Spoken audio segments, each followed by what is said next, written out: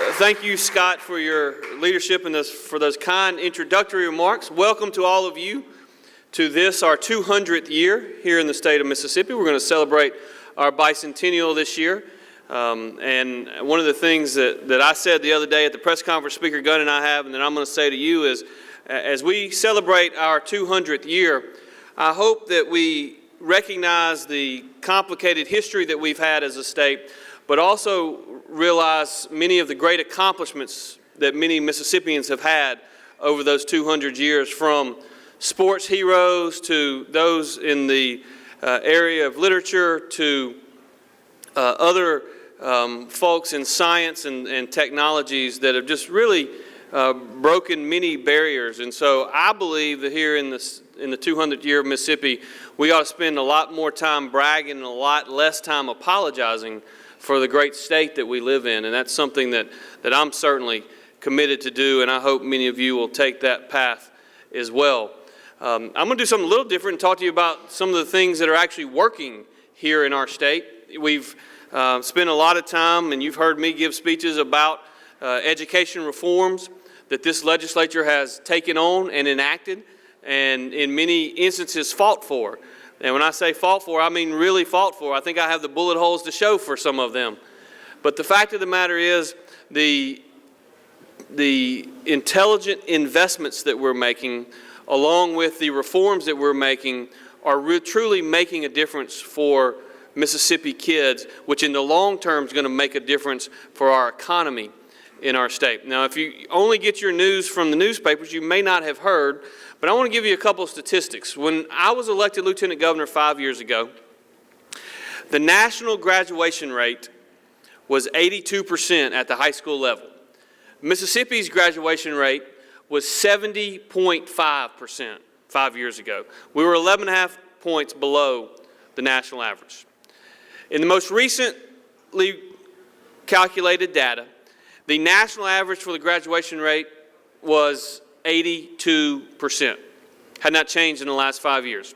Mississippi's graduation rate over that 5-year period has increased from 70.5% to 80.8%. Some 10.3 points better than we were just 5 years ago. Now, we're not where we need to be. We're not even at the national average yet, but that is tremendous progress, which means literally thousands and thousands of kids across our state graduated in this past cycle that would not have graduated 5 years ago given the same statistics. That's going to make a difference for our workforce going forward. But it's not just happening at the high school level. If you look at the most recent statistics as it relates to NAEP testing, NAEP is considered the nation's report card. Their words, not mine, Mississippi was the only state in the nation that saw significant and marked improvement in both fourth grade reading and fourth grade math. In fact, Mississippi students that were considered economically disadvantaged scored at the national average on those fourth grade testing results in the most recent data completed. Now again, at the national average is not good enough. We've still got more work to do, but that is the best relative performance Mississippi fourth graders have ever had in the over 30 years of performance testing. We are investing in public education. We're going to spend a little over $400 million more this year in public ed than was spent the year before I got elected Lieutenant Governor.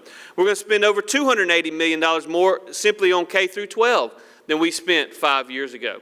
So we're making investments, but we're also trying to become more efficient in the public education realm.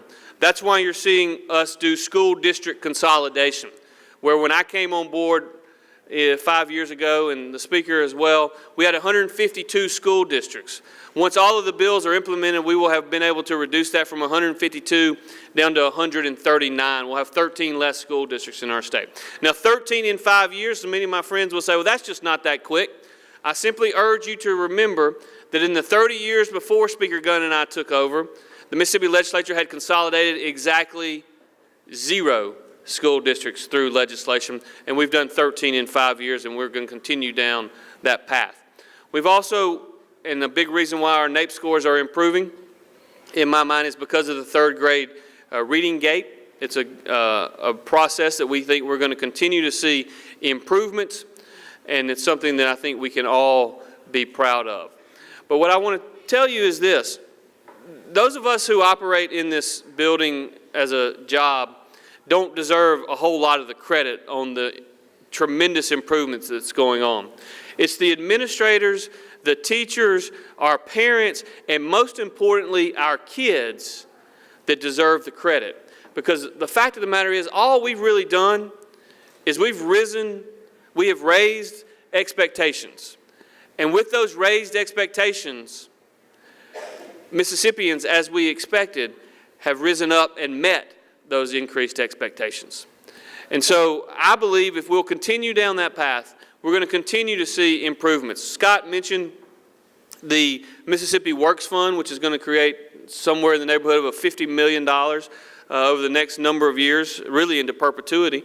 Discount that back, it's about a $50 million issue. For workforce training, again, knowing that if we're going to see long-term economic growth in our state, we must improve the educational attainment level of our citizens.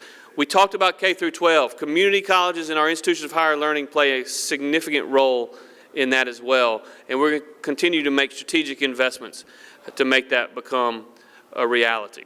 Not only do we have to improve the education of our workforce, we also must have a tax code that is fair, one that is flat, one that encourages economic development, not one that discourages it. And that's why we worked closely with our friends in the House of Representatives last year to pass the largest tax decrease in the history of Mississippi, which ensures that every individual in this room, but more importantly, every individual in this state that pays individual income taxes will actually have to pay less over the next 5 years than they're currently paying. And we were able to also eliminate in a responsible way over a 10-year phase-in the corporate franchise tax, which, as you have heard me say before, is a tax that Mississippi had, that Louisiana didn't have, that Alabama didn't have, that Arkansas didn't have, and that Tennessee didn't have. And the reason it's important that we mention that those 4 states didn't have one and we did is because that's a corporate franchise tax that made our state less competitive. It made us less competitive in 2 ways. Number one, when we tried to recruit business and industry into Mississippi, and they were looking at our tax code compared to oftentimes our competitors in neighboring states, we had a tax that they didn't have. What you as business people know is a tax is really nothing more than a cost of doing business. And so the other way it made us less competitive is if we have a small business owner in Gulfport that was competing for a contract with someone from New Orleans or someone from Mobile, as they often do, and that small business owner in Gulfport had a cost of doing business, a corporate franchise tax, that his competitors in other states didn't have, well, he or she was at a competitive disadvantage in trying to win that contract and do more business in their local shop. That's the reason that we had to eliminate the corporate franchise tax. It was the right thing to do. It's good public policy, and in the long run, it's going to lead to more economic growth, not less. And more economic growth, ultimately, by the way, is also going to lead to additional revenue coming into the state treasury. We need more jobs. We need more job creators. And so, as I've said many times, my number one goal is job creation, recognizing that I believe that government does not create jobs. Government simply creates an environment which encourages those of you in the private sector to invest capital and create jobs. But if we'll continue to focus on working together for job creation, for encouraging more capital investment into our state, that will lead to more job creation, which will lead to a greater, stronger economy, which will lead to making Mississippi an even better place to raise a family. And that should be all of our goal. Working together over the next 3 months, we'll continue down the right path to make that become a reality. So thank you all very much for being here. I know that I'm the last speaker between you and lunch, and so you're all very, very excited that I'm done. But again, thank you all. Lots of friends in the room. Appreciate you being here, and thanks for helping make Mississippi an even better place to invest capital, create jobs, and raise a family. Thank you all.